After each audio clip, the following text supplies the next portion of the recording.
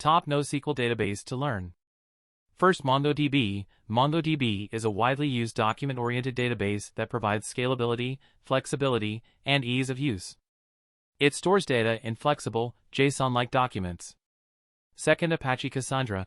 Cassandra is a highly scalable and distributed NoSQL database designed to handle massive amounts of data across multiple servers. It offers high availability and fault tolerance. Third, Apache HBase. HBase is a column-oriented database that runs on top of the Hadoop Distributed File System, HDFS. It is known for its high scalability and fault tolerance. Fourth, Redis. Redis is an in-memory data structure store that can be used as a database, cache, or message broker. It supports various data structures like strings, hashes, lists, and sets. Fifth, Couchbase. Couchbase is a distributed NoSQL database that combines the flexibility of JSON with the power of SQL-like querying. It provides features like